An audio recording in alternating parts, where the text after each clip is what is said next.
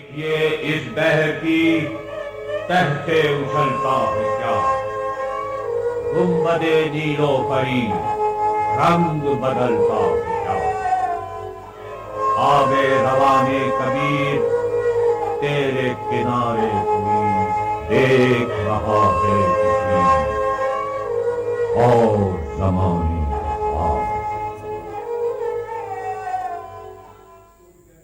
بسم اللہ الرحمن الرحیم۔ کسی اور زمانے کا خواب لیے میں اور بیرسٹر ظفر اللہ خان صاحب آپ کے سامنے حاضر ہیں۔ قرآن مجید کے مضامین کو ہم زیر بحث لا رہے ہیں، اور اس میں جو سب سے اہم بنیادی موضوعات ہیں ان میں سے ایک مسئلہ، ایک موضوع تصور رسالت ہے، اور پھر تصور رسالت کا بھی جو سب سے بڑا مظہر تاریخی اعتبار سے بھی اور واقعاتی اعتبار سے بھی ثابت شدہ حقیقت وہ رسالت مآب صلی اللہ علیہ وسلم کی ذات والے صفات۔ آپ کی سیرت سے جو مختلف انوار پھوٹتے ہیں اور اس سے جو انسانی سماج میں روشنی پھیلتی ہے، اس کو ہم جاننے اور سمجھنے کی کوشش کر رہے ہیں۔ اور اس وقت جو مرحلہ فکر ہے، مرحلہ غور ہے، وہ ہے آپ صلی اللہ علیہ وسلم کی وہ تعلیمات، آپ کا وہ اسوہ حسنہ جو انسانی تعلقات کے ضمن میں ہمارے سامنے آتا ہے۔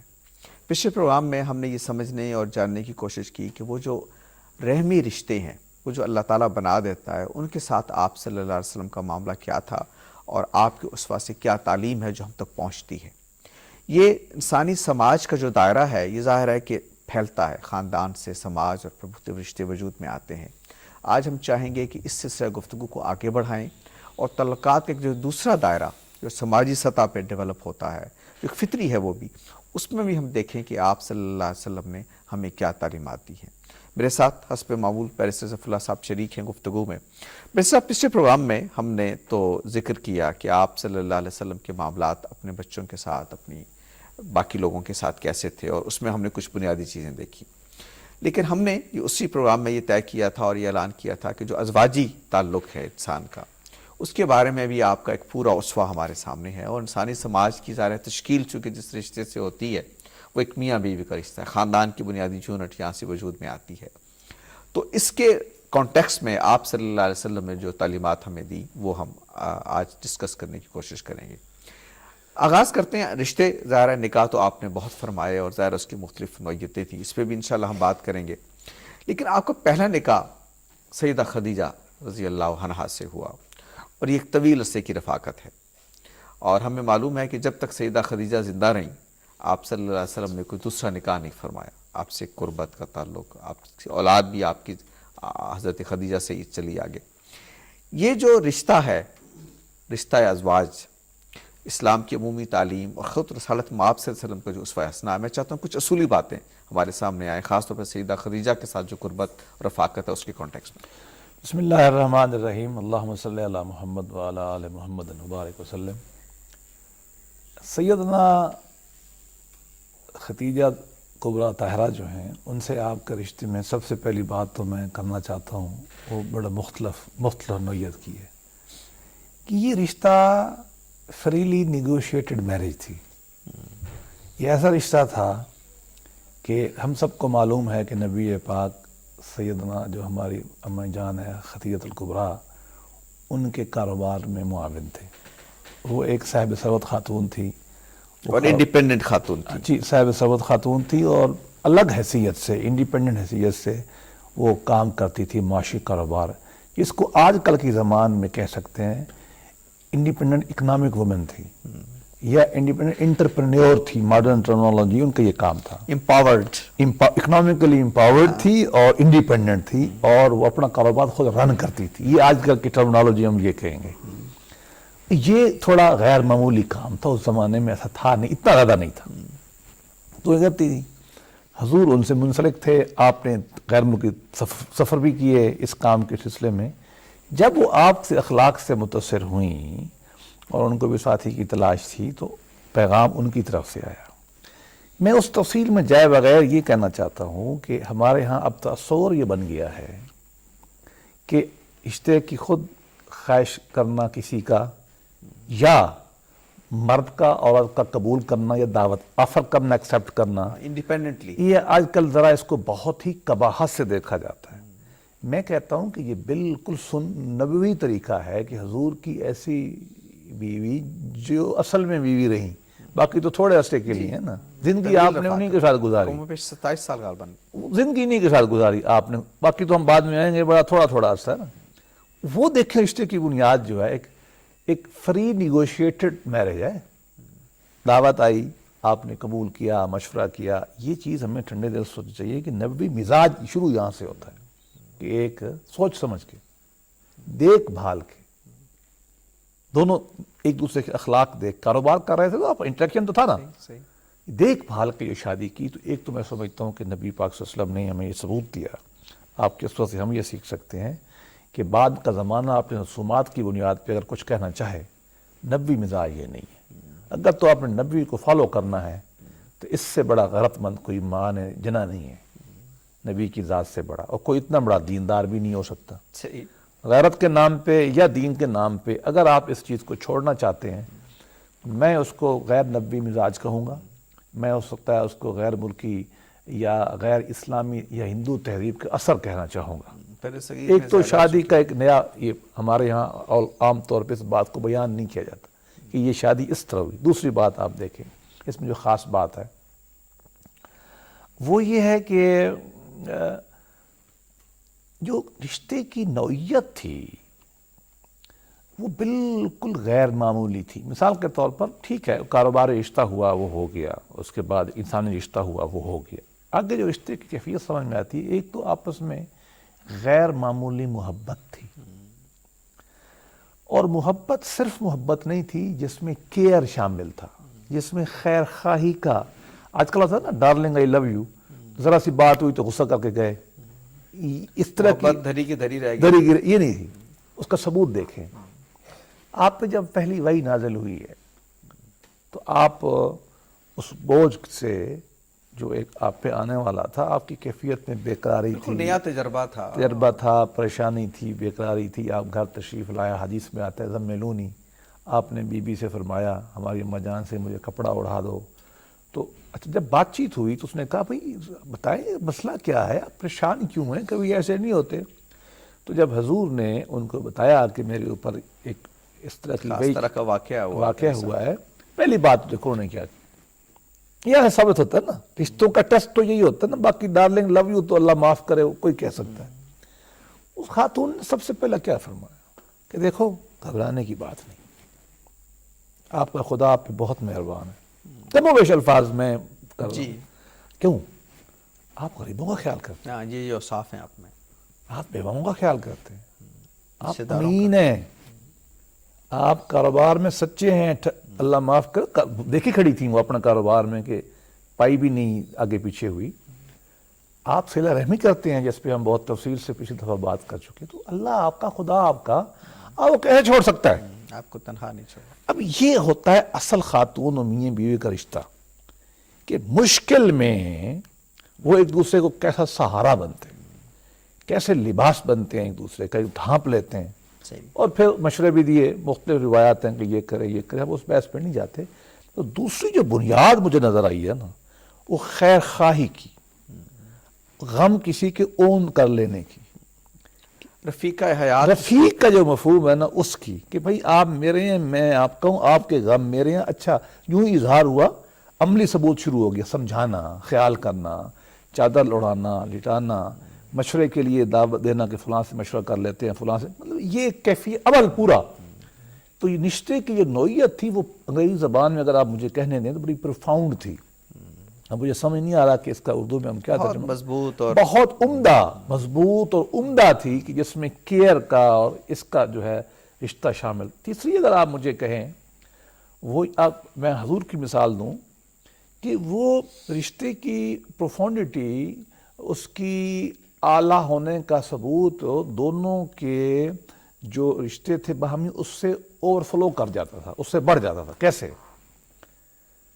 حضور پاک ساری زندگی بی بی خدیجہ الکبریٰ کی جو سہیلیاں تھیں ان کو تحفے بھیجتے تھے، آپ کی وفات کے بعد بھی۔ اس سے میں اصول کیا نکال رہا ہوں؟ اصول یہ نکال رہا ہوں کہ رشتہ بی بی خدیجہ تک حضور نے ختم نہیں کیا، ان کی نسبت سے جو رشتے تھے تو گویا رشتہ ایکسٹینڈ ہو گیا، رشتے کا جو گریویٹیشنل پل ہے، جو اس کا فیلڈ بنایا حضور نے، وہ آگے تک لے گئے، کہ آپ تک دیکھیں نا، میں کسی ایک کا خیال کر لوں تو آسان ہے نا، اس کے آگے متعلقوں کا خیال کروں تو مجھے تھوڑا ایکسٹرا کام چاہیے.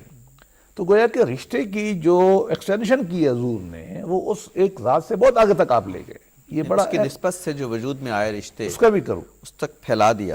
اور یہی رویہ بی بی خدیجہ کا تھا.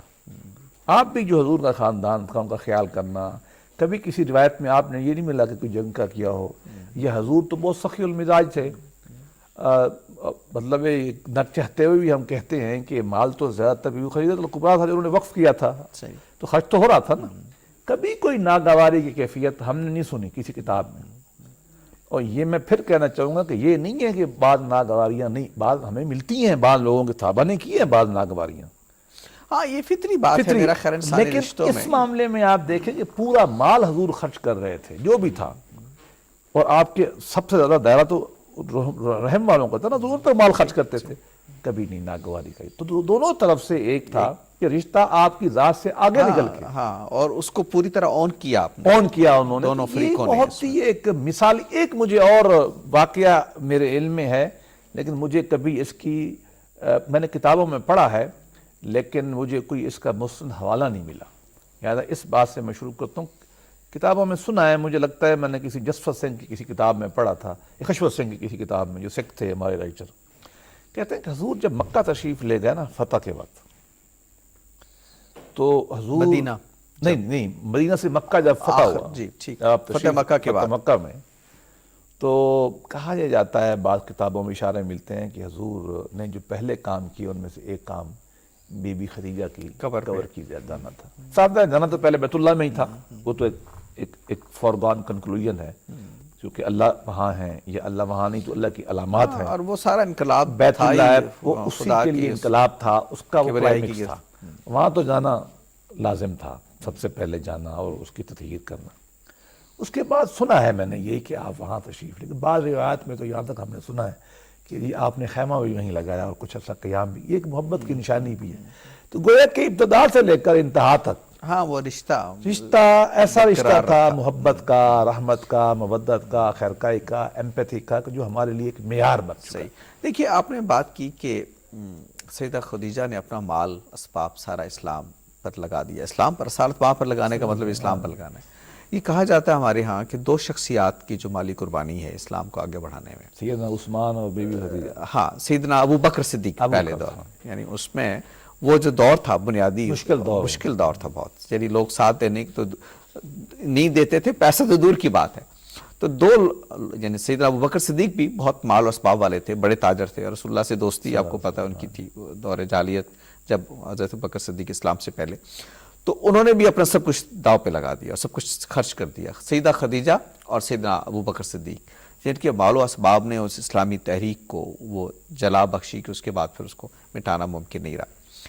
ایک اور پہلو بھی ہے سیدہ خدیجہ کے ساتھ آپ کے تعلق کا، اور وہ میرا خیال ہے کہ آج کے دور میں ایک اور بڑی ہمارے وہ جو آپ نے ذکر کیا کہ ہندوانہ رسوم کے تحت بعض چیزیں ہم چھوڑ دیتے ہیں، وہ یہ کہ آپ پہلے سے شادی شدہ تھی، آپ بیوہ تھیں، آپ جس کو کہتے ہیں نا خاوندیدہ خاتون تھیں، اور اس کے بعد آپ سے ان کا رشتہ ہوا. سارت میں آپ سے سب نوجوان آدمی تھے اور ایک بڑے سردار فیملی سے تعلق رکھنے والے. وہ تمام قوائف کہ جس کے بعد کوئی باکرہ اور کوئی دوشیزہ خاتون آپ کے وقت نکاح میں آنے میں فخر محسوس کرتی، سب کچھ تھا. لیکن آپ نے اپنے ازواجی رشتے کے لیے ایک سب سے مضبوط اور بنیادی رشتے کے لیے جس خاتون کا انتخاب کیا وہ ایک بیوہ خاتون. تو میرا خیال ہے یہ جو پہلو ہے کہ عورت کی شخصیت جب آپ دیکھتے ہیں اور جب آپ رفیق حیات کا انتخاب کرتے ہیں تو میرٹس کیا ہونے چاہیے.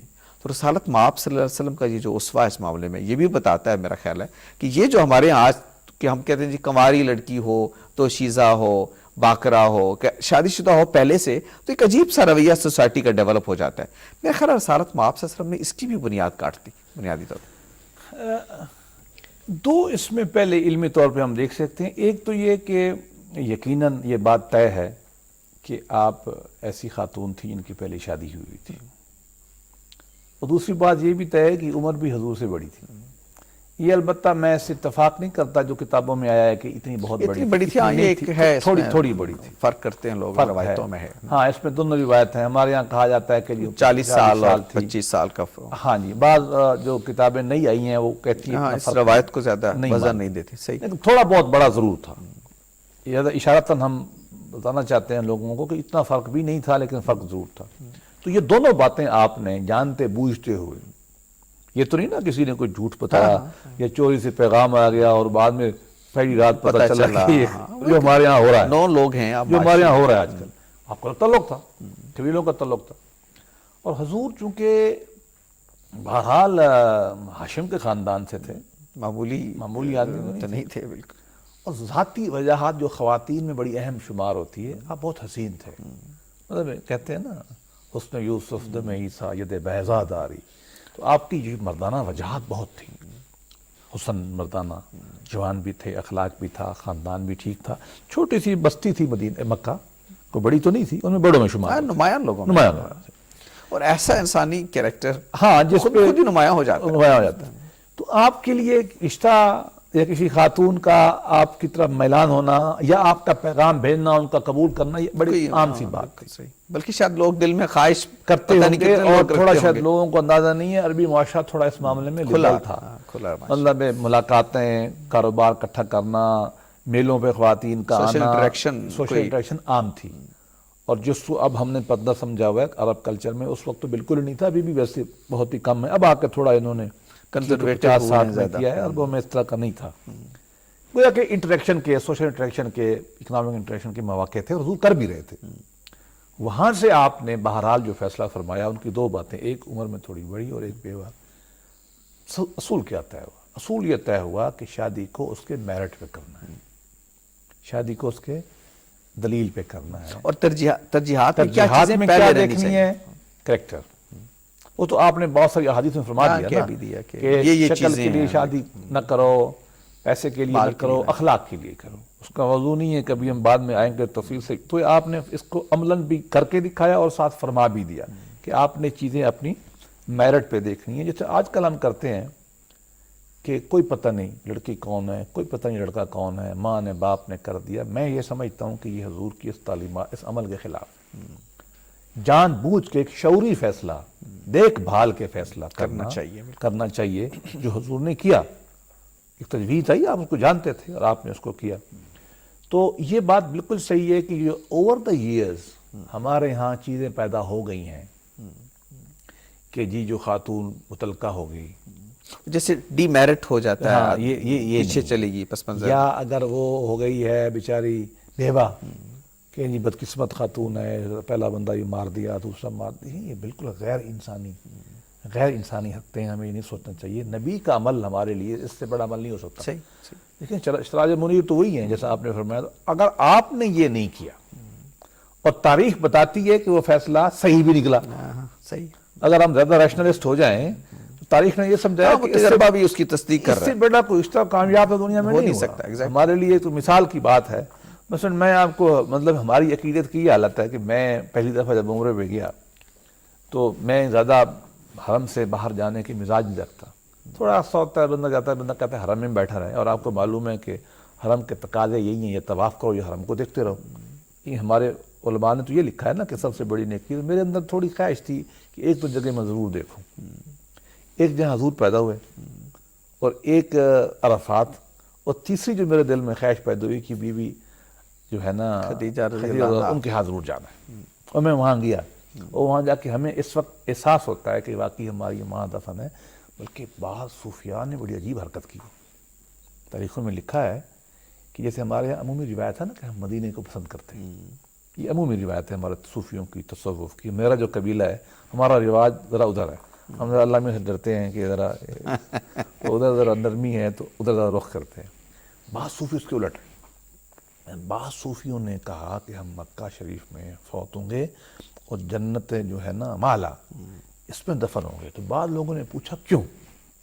انہوں نے دیکھو بات یہ ہے، میدان محشر میں جب اٹھیں گے نا، ہم تو اپنی اماں جان جو ہے نا ہماری خدیجہ الکبریٰ، ہم تو اس کے ساتھ اٹھنا چاہتے ہیں، کیونکہ مائیں بہت رحیم ہوتی ہیں، بڑی شفیق ہوتی ہیں۔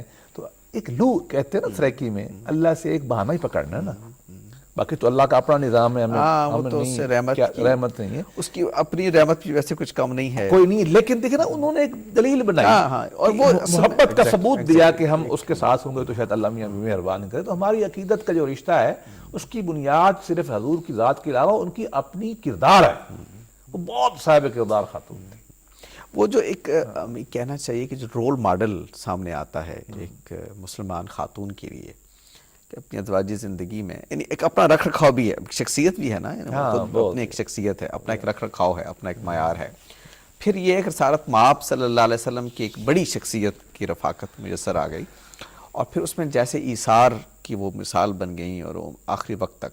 اور خود جو کہ رسالت مآب صلی اللہ علیہ وسلم، پھر میں لوٹوں گا سیرت کی طرف کہ جب تک آپ زندہ رہیں سیدہ خدیجہ، رسالت مآب صلی اللہ علیہ وسلم نے دوسرے نکاح کے بارے میں نہیں سوچا. یہ جو ہمارے ہاں بہت سارے اعتراضات لوگ لا علمی اور جہالت کی وجہ سے کرتے ہیں، جب تک آپ رہیں زندہ آپ صلی اللہ علیہ وسلم نے دوسرے نکاح کے بارے میں نہیں سوچا. یعنی یہ جو رفاقت اس سے بھی ایک لگتا ہی ہے.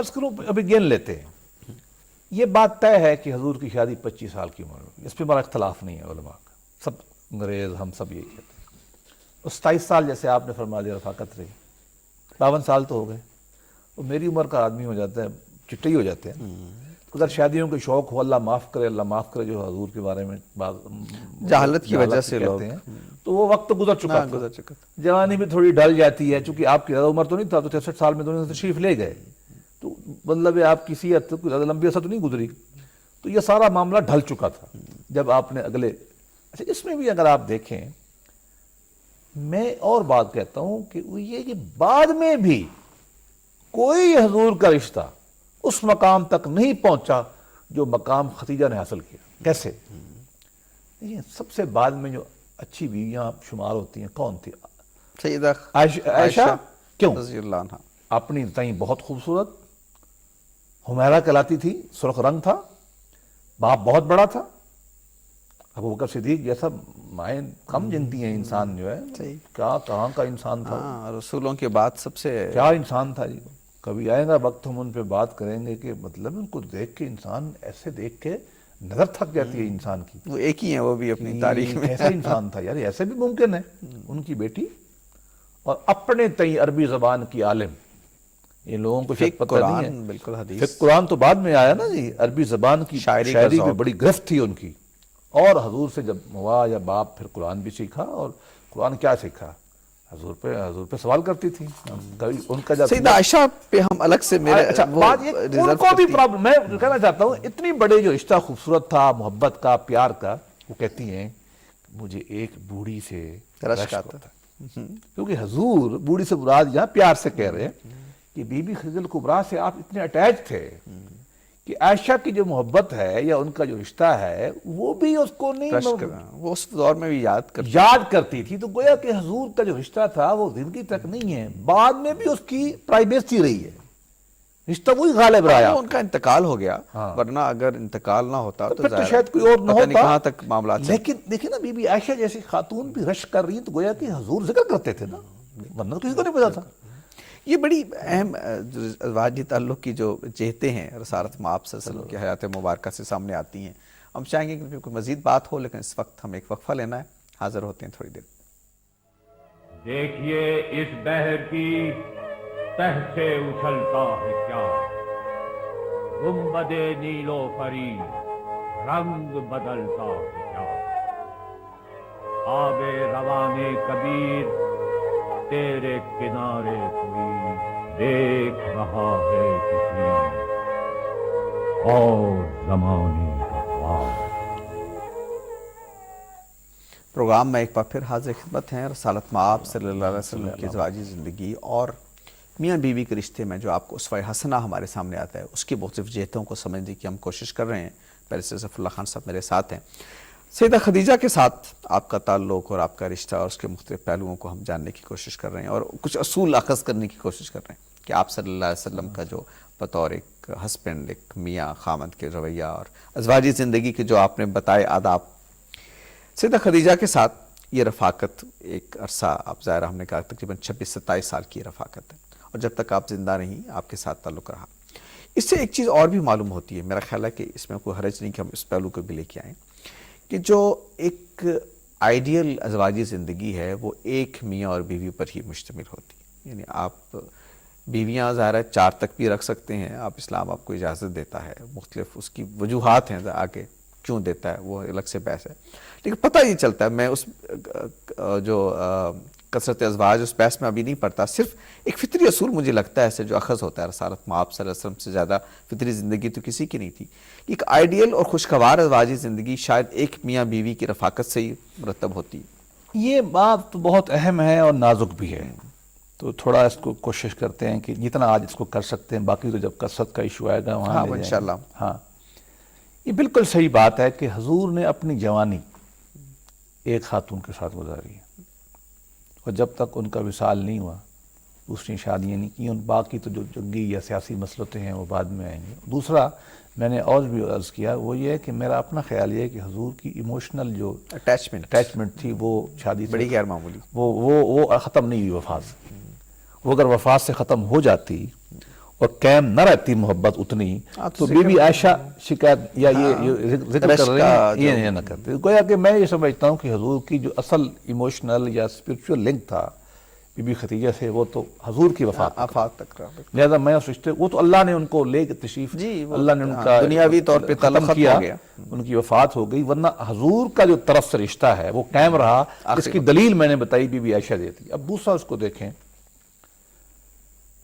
قرآن پاک میں جن آیات میں شادیوں کا ذکر ہے، پہلی بات ہے تو اس کا تناظر مختلف ہے. جی ایک اور اتنا اشارہ کرتے زیادہ نہیں جاتے، وہ انشاءاللہ بات کریں لیکن گے. آخر میں پھر بھی کہہ دیا گیا کہ دل میل زیادہ ہونے کا خطرہ ہے، یہ کوئی ادر کا مسئلہ خطرہ نہیں ہے، وہ تو ہوتا ہے. تو یہ اس بات کا ثبوت ہے کہ دل ایک ہی جگہ رہتا ہے.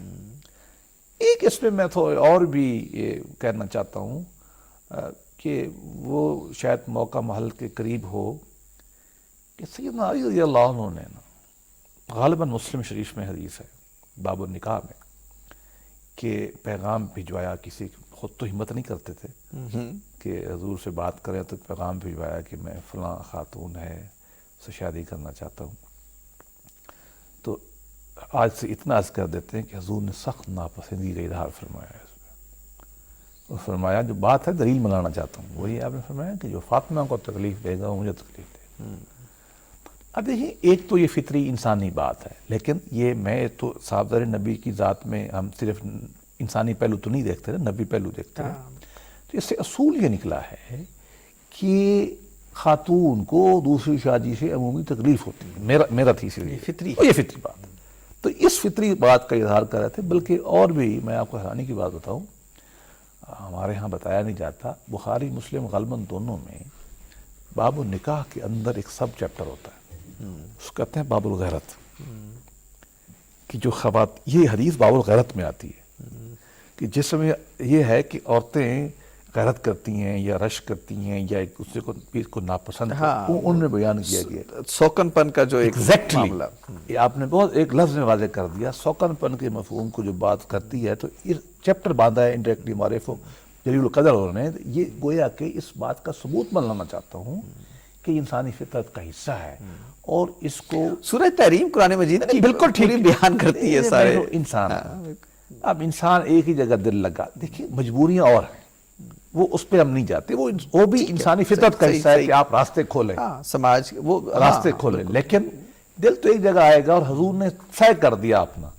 میں نے تو یہاں تک کہہ دیا کہ حضور نے اپنی وفات تک ایموشنلی رشتہ جو سب سے اوپر رکھا خدیجہ الکبریٰ کا تھا، اور بی بی عائشہ جیسی خاتون بھی اس مقابلے میں نہیں آ سکی. حالانکہ ان کے اپنے میرٹ آپ دیکھ لیں غیر معمولی تھے، بلکہ میں کہوں گا شخصی میرٹ جو ہیں ان کے علمی شکل کے خاندانی وہ شاید ان سے بھی آگے چلے جائیں، لیکن جو انسانیت تعلق جڑ گیا اور جو ان کی ذاتی خصوصیت کبریٰ کی، اس لیے ہم نے کبریٰ کہا نا ہمارے لوگوں نے تاریخ میں، کبریٰ والا بہت بڑا خاتون جو تھی. تو میں بالکل آپ سے ایگری کرتا ہوں کہ اس سے ہمیں عملاً ثبوت ملتا ہے کہ آپ اگر غیر معمولی حالات نہیں ہیں تو بیوی ایک میاں بھی ایک. مجھے کچھ وہ کہیں گے بعض اوقات مردوں کے حقوق والے آج کل ذرا بڑے پریشان ہو جاتے ہیں جب ہم عورتوں کے حقوق کی بات کرتے ہیں. خاتون بھی ایک مرد بھی ایک. کوشش کرنی چاہیے نیچرل یہی ہے ان کو بہت مضبوط بنیاد کے اوپر انسان آگے لے جائے، وسعت قلبی کے ساتھ ان کو ان کے خاندان کو سب کو، اور تمام جذبات کا اظہار ایک ہی جگہ. ہاں مجبوریاں جہاں ہوں تو ہم اس پہ بحث نہیں ہاں، کر وہ سکتے, انشاءاللہ وہ انسانی فطرت کا حصہ ہے. بات تو کریں یہ گے اس بالکل آپ کی بات صحیح ہے, اور بڑا اچھا ایک پہلو ہے کہ حضور نے اپنے عمل سے یہ ثابت کیا کہ جب تک اللہ کی طرف سے ہاں فیصلہ کوئی تدبیری نہیں آتا. فیصلہ نہیں ہوا, اس کے سامنے تو حضور بھی دار ہے. سر تسلیم ہی کر سکتے تھے. اس کے باوجود بھی آپ نے جذباتی طور پر اس کا اظہار کرتے رہے, ہاں، اور آخری وقت اس تعلق کو نبھایا دو طرح سے. ایک کی بی بی عائشہ کو بھی شک ہوتا رہا اور ایک دل میں خیال, اور حضور نے ان کے خاندان کو, ان کی سہیلیوں کو بھی اس کا یاد بھی رکھا. خیال تو میں رکھا. سمجھتا ہوں کہ عملاً حضور کا ایک ہی نکاح. ایک اور پہلو بھی ہے جو سیدہ خدیجہ رضی اللہ عنہا کے ساتھ آپ کے تعلق اور آپ کی ساری شخصیت اور سارے ازواجی رشتے سے سامنے آتا ہے, اور وہ بھی بڑا میں خیر لوگ اس پہ اگر غور کریں تو اس میں بڑی روشنی ہے. کوئی نرینہ اولاد سیدہ خدیجہ سے نہیں. 4 بیٹیاں اللہ نے عطا کی رسالت میں آپ صلی اللہ علیہ وسلم کو سیدہ خدیجہ سے. یہی آپ کی اولاد ہے جس سے پھر ان کے رشتے, ان کی آگے نسل چلی, رسالت میں آپ کے خاندان جو ان کی بیٹیوں سے چلی ساری. سیدہ خدیجہ سے کوئی نرینہ اولاد نہیں. 26-27 سال کی رفاقت ہے. وہ مکہ کا ایک معاشرہ آپ کو پتہ ہے, ایک پدر سرانہ معاشرہ. ایک نرینہ اولاد کی خواہش بہت فطری ہوتی ہے, لیکن آپ صلی اللہ علیہ وسلم نے اس پہلو سے بھی نہیں سوچا کہ میں آپ کے ہوتے ہوئے کوئی دوسرا نکاح کروں, کوئی نرینہ اولاد کی خواہش میں کروں. تو یہ بھی جو ایک پہلو ہے ازواجی زندگی کا, عام طور پہ لوگ ہمارے ہاں, یعنی اب تو خیر میڈیکلی بھی بہت ساری چیزیں واضح ہو گئیں کہ اولاد کا نرینہ ہونا اور یہ سارا مرد کے ساتھ ریلیٹڈ ہے, عورت کے ساتھ نہیں ہے. لیکن اس دور میں جب آپ لوگ شادیاں اس وجہ سے کہ نرینہ اولاد نہیں ہو رہی تو دوسری شادی کر لیں, تیسری کر لیں, رسالت میں آپ صلی اللہ علیہ وسلم کو اس معاملے میں جو سامنے آتا ہے وہ بھی لگتا یہ ہے کہ خدا کا جو فیصلہ ہے اس معاملے میں اس کو ہی قبول کیا جانا چاہیے. یہ بات بالکل صحیح ہے کہ حضور پاک صلی اللہ علیہ وسلم کی جو سنیوں کے ہاں 4 ہیں بیٹیاں, اور شیعہ ہمارے دوست جو ہیں اس سے اختلاف کرتے ہیں, لیکن بہرحال یہ بات طے ہے کہ نرینہ اولاد آپ کی خدیجہ الکبریٰ سے نہیں ہوئی. اور آپ کے جو صاحبزادے ہیں جن کا بعض کتابوں کا نام ابراہیم ہے, بعض میں طاہر ہے, اور بعض میں ہے کہ 2 مختلف ہیں, قاسم ہیں. اب اس بحث کو چھوڑے بغیر وہ جو بھی معصوم ہیں وہ بی بی ماریہ قبطیہ سے منسوب ہیں, وہ بی بی خدیجہ الکبریٰ سے نہیں. یہ بات بہرحال طے ہے. چلو 4 تھیں یا 1 تھیں, آپ نے اس بنیاد کے اوپر شادی نہیں کی.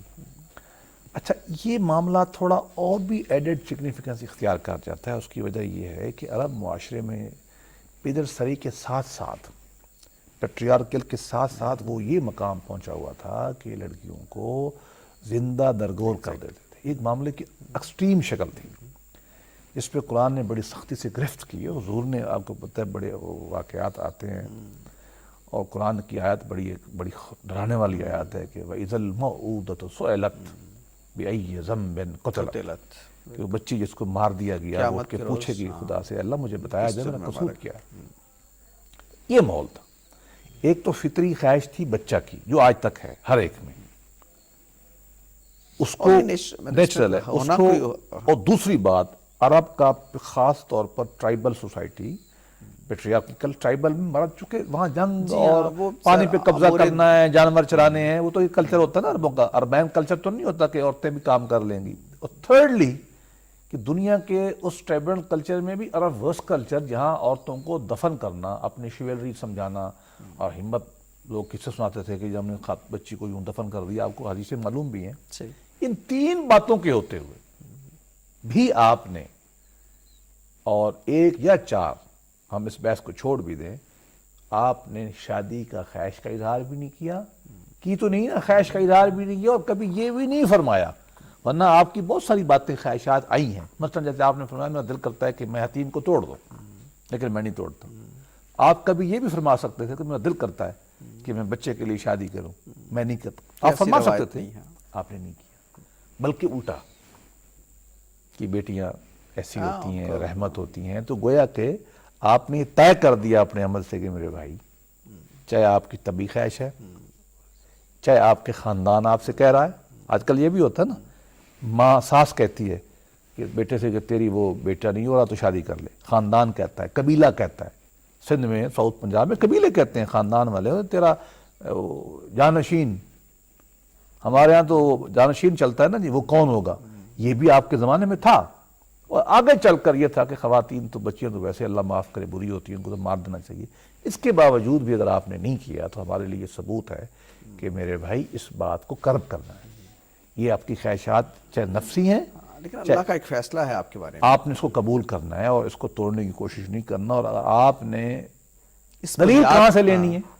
آپ کے پاس ہے. رسالت اس سے بڑی مآب دلیل صلی کہاں اللہ سے ہو علیہ سکتی ہے؟ کا طرز عمل. ایموشنل دلیل بھی وہاں سے لیں، خاندان کو بھی وہیں سے سمجھائیں، اپنے نفس کو بھی وہیں سے سمجھائیں. ٹھیک ہے نا جی. اور عورتوں کے بارے میں جو منفی جذبات دنیا میں پائے جاتے ہیں ان کی دلیل بھی آپ حضور سے لیں. اگر حضور نے نہیں کیا، اگر حضور نے بی بی رقیہ سے، بی بی زینب سے، بی بی فاطمہ سے رہ کے گزارا کیا اور ایک شاندار باپ کی ایسے ثبوت دی، ایک شاندار جو ہے معاشرے کی تشکیل میں ان خواتین نے رول بھی ادا کیا. ہاں کوئی شک نہیں ہے. بالکل مطلب اب کیا ہو سکتا ہے؟ بی بی فاطمہ سے آج تک سید چل رہے ہیں کہ نہیں چل رہے؟ اگر یہ کہیں گے کہ خواتین سے نہیں کچھ ہو سکتا اور مردوں سے ہی ہونا ہے، نہیں، خاتون اگر اس طرح کی ہو تو بھائی کیا نہیں کئی ہوتا؟ بیٹے قربان کیے جائیں. اور میں آپ کو بتاؤں بی بی فاطمہ سے نسل چلی نا. حسن کون ہے رضی اللہ عنہ، ہمارے حسین بنائے ہوئے کون ہے دنیا کے. ہاں دنیا. تو گویا کہ یہ کہنا کہ نسل نہیں چلے گی، یہ کہنا کہ خاندان، یہ سب جاہلانہ کہانی سا ہے. تصور ہے اس کا اسلام سے. سید سے بڑا تو کوئی خاندان ہمارے یہاں تو نہیں ہے نا. سندھ میں ڈاکو جو ہے نا، بندہ پکڑ لے نا، ان کو معلوم ہو جائے کہ سید ہے، آپ یقین کریں میں اس کا گواہ ہوں، اس کو چھوڑ کے پاؤں پہ ہاتھ لگاتے. یہ ان کی ڈاکو کی، دیکھیے یہ بھی ہمارے نفسیات ہے. نفسیات ہے کہ اللہ کے نبی سے اتنا رشتہ ہے اس کا. میں تو سمجھتا ہوں ہم گمراہ لوگ ہیں کہ جنہوں نے ان کو اپروچ نہیں کیا. اس کی نبی، ورنہ سید کون ہے جی؟ ہم جیسا ہی ہوتا ہے. ڈاکو بھی فاطمہ کے خاندان کا یا کرتا ہے. تو یہ کہنا کہ یہ بچہ نہیں ہے، یہ بالکل جاہلوں کی بات ہے. یہ تو ماننے والی بات ہے. وہ جو قرآن مجید نے جب کہہ دیا نا کہ یا بولے میں یشاء ہناسا و یا بولے میں یشاء ذکور، جی جس کو اور چاہے یزوجہم ذکرانا و اناسا و یجعل من یشاء عقیما. کچھ بھی نہ دے، مطلب آپ یہ بھی تو ہے، بیٹیاں بھی نہ دے، یہ اس کے ہاتھ تو میں. یہ آپ صحیح بات ہے. میں دماغ کو اپنا جالے صاف کرنی چاہیے. یہ اور یہ خود رسالت مآب صلی اللہ علیہ وسلم کی ازواجی زندگی سے اصل میں ہم سیکھ رہے ہیں. آپ صلی اللہ علیہ وسلم نے جو مقصد تو گفتگو کا یہی ہے یہی کہ ہے. اگر معیار ہے تو وہی ہے نا. وہی ہے. اعلیٰ ترین معیار نے اگر کیا تو ہم کون ہوتے ہیں؟ ہاں، یعنی بیوی جو ہے اس کے ساتھ جب آپ ایک ریلیشن شپ، ازواجی تعلق ڈیولپ کر رہے ہیں تو وہ اس کا پس منظر بیوہ ہے، عمر بڑی ہے، عمر بڑی ہے، نرینہ اولاد نہیں ہے. نرینہ اولاد نہیں ہے. اچھا، اور پھر یہ کہ آپ کبھی تانا نہیں دیا، کبھی یہ اس کو نہیں کہا کہ تم نے تو مجھے بیٹا نہیں دیا، یا تم تو پہلے سے شادی شدہ تھی. یہ احترام کا جو رشتہ تعلق ہے.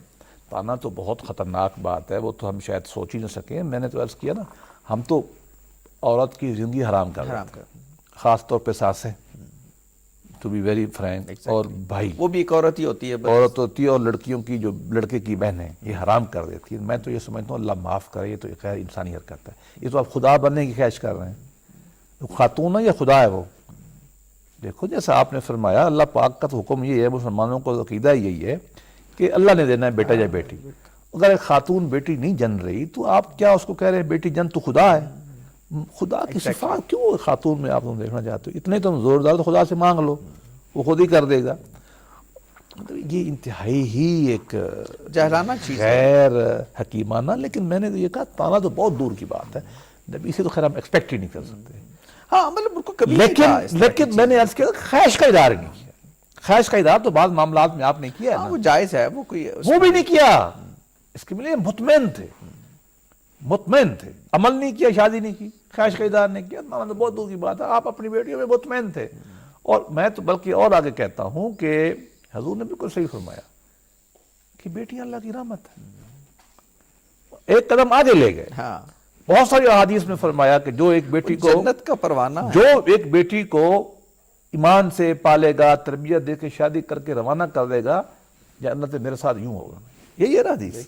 گویا کہ آپ نے تو ایک قدم آگے بڑھا دیا یہ کہنے کی بجائے کہ تم نرینہ کا خیال کرو. انہوں نے کہا بھائی اگر بچی ملی ہے تو خوش ہو، اللہ کی خدا کا رحمت. شکر ادا کرو. بالکل. اور جو محبت آپ نے فاطمہ سے کی ہے، ٹھیک ہے، ہم کہہ تو نہیں سکتے کہ ابراہیم زندہ رہتے تو آپ کیا کرتے، کیا فرماتے. لیکن اب تو ہم یہ کہہ سکتے ہیں کہ فاطمہ سے حضور کی محبت تو مثال ہاں، غیر معمولی. غیر معمولی تھی. پچھلی دفعہ ہم نے ذکر کیا تھا نا کہ آتی تھی کھڑے رہتے تھے.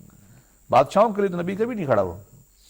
اچھا، ایک اور پہلو بھی میں چاہتا ہوں کہ ظاہر ہے کہ وہ سب تو ہماری گرفت پہ نہیں آ سکتے، لیکن جتنی ابھی سمجھ میں آتی ہے ہم کوشش کرتے ہیں.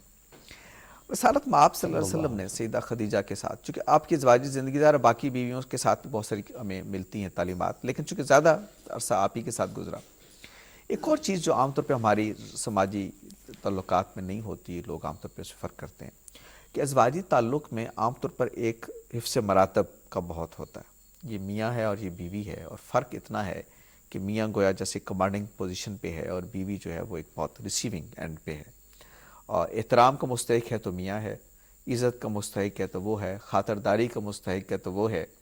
بیوی جو ہے وہ اصلاً بس اسی لیے ہے کہ وہ آپ کی خدمت پہ لگی رہے، اسی لیے آئی ہے، اسی لیے اس کا مقصد بعثت اور مقصد وجود ہی کا تقاضا یہ ہے کہ وہ آپ کی خدمت کرتی رہے، بجازی خدا کہ ہر وقت خوشنودی کی طلب میں رہے۔ رسالت میں آپ صلی اللہ علیہ وسلم نے جو ہمیں تعلیم دی، جو رویہ اور جو اسوہ ہمارے لیے سامنے رکھا، اس سے تو معلوم ہوتا ہے کہ ازواجی تعلق تو بامی محبت، بامی رفاقت، بامی خیال، بامی ایثار پر مبنی ہے۔ تو خود آپ صلی اللہ علیہ وسلم کی زندگی سیدہ خدیجہ کے قرب میں جو گزری، میرا خیال ہے اس پہلو کو بھی تو نمایاں کرتی ہے بہت۔ دیکھیے نا، آپ کی گفتگو سے 3 ماڈل ابھرتے ہیں رشتے کے۔ ایک ماڈل تو یہ ہے کہ یہ خاتون ہے، یہ نوکرانی ہے، یہ گھر کی چل ہے، ہماری طرح کی ساؤتھ پنجاب میں کہتے ہیں جوتی ہے پاؤں کی، کچھ کہتے ہیں جوتی ہے، کچھ کہتے ہیں چل ہے جو کھانا پکاتی ہے اس کی نوکرانی، کچھ کہتے ہیں کہ یہ جوتی کی انسٹرومنٹ ہے، یہ انسٹرومنٹ۔ یہ تصور جو ہے یہ وہ بیسکل غیر انسانی تصور ہے۔ ہمارا اسلام تو خاتون و مرد میں فرق نہیں کرتا، تو لہٰذا یہ تو بالکل ہی ایک تصور۔ دوسرا تصور یہ ہے کہ یہ پارٹنر ہے، ساتھی ہے۔ قرآن نے اس کے لیے کلیم کیا ہے مودت و رحمہ، ایسا رشتہ ہے میاں بیوی جس میں مودت ہے، محبت ہے، رحمت ہے، مرسی، احسان کا ہے، دونوں رشتے ہیں۔ صحیح۔ اور تیسرا ایک ماڈل بن سکتا ہے کہ ہے نہیں ہے، پلے فل سا ایک رشتہ ہے، بایولوجیکل سا رشتہ ہے، اور اس میں کوئی ایک پروفونڈیٹی نہیں ہے، کوئی اس میں سائیکولوجیکل ڈیپتھ نہیں ہے، محبت نہیں ہے، مودت نہیں ہے، مودت نہیں ہے، رحمت نہیں ہے۔ یہ تینوں ماڈل ہو سکتے ہیں، اور بھی ممکن ہے۔ اگر آپ ان میں دیکھیں تو یہ تو حضور کر ہی نہیں سکتے تھے، کیا ہی نہیں ہے کہ آپ کہیں کہ جی یہ تو بالکل ہی نوکرانی ہے اور وہاں بیٹھے اور میں جو کہوں گا وہ کرتے چلی جائے گی اور وہ میرے سامنے بول نہیں سکتی۔ اور ابھی بھی میں نے بعض معاشرے دیکھتے ہیں کہ کھانا مرد کھا رہا ہے، خاتون بیٹھی ہے، وہ ختم ہوگا تو بچے گا تو وہ کھا لے گی۔ مطلب یہ آج تک قائم ہے، حالانکہ ہمارے ہاں حضور سے تو یہ ثابت ہے اکٹھا ہی کھاتے تھے، لوگ ایک دوسرے کو کھلا بھی لیتے تھے، کبھی وقت آئے گا تو بیان کر دیں گے۔ گویا کہ آپ نے یہ رشتہ محبت والا بنایا، مودت والا بنایا، رحمت والا بنایا۔ اچھا، یہ پہلو میں خیال سیدہ عائشہ کے ساتھ ریلیشن شپ میں زیادہ نمائش ہے، اس لیے ایک روایت زیادہ ہوا ہے نہیں، اس کی وجہ ہے وہ خود روایت کرتی تھی۔ اب خود چونکہ ظاہر ہے بڑی راوی ہیں، 2700 2500 2700 روایتیں حضرت عائشہ سے آئی ہیں نا، ان کی وجہ سے۔ اس کی وجہ یہ نہیں ہے کہ یہ رشتہ کم تھا، بلکہ روایت میں زیادہ ہوئی، اگر وہ رش کر سکتی ہیں تو ظاہر ہے یہ پہلو بھی ہے، تو پہلو پھر ادھر ہی ہوگا۔ تو آپ نے اس کا ثبوت دیا کہ یہ رشتہ جو ہے یہ دو طرفہ ہے۔ کیا ہے؟ یہ دو طرفہ ہے، اور باہمی مودت اور باہمی احترام پر مودت کا ہے اور باہمی رحمت کا ہے۔ مودت کے علاوہ رحمت بھی لازم ہے۔ بوڑھے ہو جاتے ہیں، مشکل میں چلے جائے، تکلیف میں ہیں، اس وقت محبت کم کام آتی ہے، رحمت کام آتی ہے۔ بالکل صحیح۔ تو وہ رحمت کا ثبوت بھی اس میں دیا دونوں طرف سے۔ اب مسئلہ یہ ہے کہ چونکہ یہ حضور کا وہ پیریڈ ہے جس میں حضور کی چونکہ نبوت 40 سال کے بعد ہوئی، ریکارڈ نہیں ہوئی، ریکارڈ کم ہوا، ریکارڈ کم ہوا مدنی اس زمانے کی چیزیں، اس وجہ سے ہمیں چیزیں کم ملتی ہیں، کچھ ڈائریکٹ ملتی ہیں، کچھ انڈائریکٹ ملتی ہیں۔ لیکن ایک بات طے ہے، جتنا ذکر آپ کرتے تھے وہ خود علامت، وہ اس بات کی علامت ہے کہ رشتہ کوئی بہت سبلائن تھا۔ نوکرانی، اللہ معاف کرے، یہ جو نوکر کا کانسیپٹ ہے بیوی کا، یہ پتہ نہیں کہاں سے آیا۔ اور ہمارے تو رسالت میں آپ تو خیر ہمارے اسلام میں کسی طرح یہ قابل قبول نہیں ہے۔ ہمارے ہاں تو شادی دیکھیں نیگوشیٹر کے ذریعے بھی حضور کی، صحیح صحیح، یہ تو ہم تصور بھی نہیں کر سکتے۔ اور آج کل اگر یہ کچھ لوگ سمجھتے ہیں جو ہمارے ہاں سمجھا جاتا ہے، اسلام اور عرب دونوں میں کم و بیش یہ نہیں تھا۔ اسلام میں تو بالکل ہی نہیں تھا، اور حضور کا عمل تو بالکل ہی نہیں تھا۔ تو جو چیزیں ہمارے ہاں، حضور تو نوکروں کو نہیں نوکر سمجھتے تھے، بیوی تو بہت ہی رفیق حیات ہے۔ قرآن نے کہا لباس ہے آپ کے لیے، بالکل اتنی قربت ہے آپ کے لیے۔ تو یہ تو بس کیا کہیں۔ بہت شکریہ بیرسٹر صاحب، آج گفتگو کی ہم نے رسالت میں آپ صلی اللہ علیہ وسلم کے اسوہ حسنہ میں ہمارے لیے جو نشانیاں ہیں اور جو تعلیم ہے کہ ہم اپنی ازواجی زندگی میں اور انسانی رشتوں میں کس طرح کا مظاہرہ کریں، اور خود رسالت میں آپ صلی اللہ علیہ وسلم نے سیدہ خدیجہ الکبریٰ رضی اللہ عنہا کے ساتھ اپنے رشتے کو کیسے نبھایا اور وہ کیا تعلیمات ہیں، چند نکات ہم نے جاننے کی کوشش کی۔ آپ صلی اللہ علیہ وسلم نے اور بھی نکاح کیے، ازواجی زندگی کے کچھ اور مظاہر بھی ہیں، ہم یہ چاہیں گے کہ ان کو بھی سامنے لائیں اور یہ سمجھنے کی کوشش کریں کہ ان میں کیا روشنی ہے ہمارے لیے، تاکہ ہم بھی اپنی ازواجی زندگی میں کچھ وہاں سے روشن کر لے کے اس کو روشن بنا سکیں۔ آج کے پروگرام کا وقت ختم ہو رہا ہے، میں آپ سے اجازت چاہتا ہوں، اللہ حافظ۔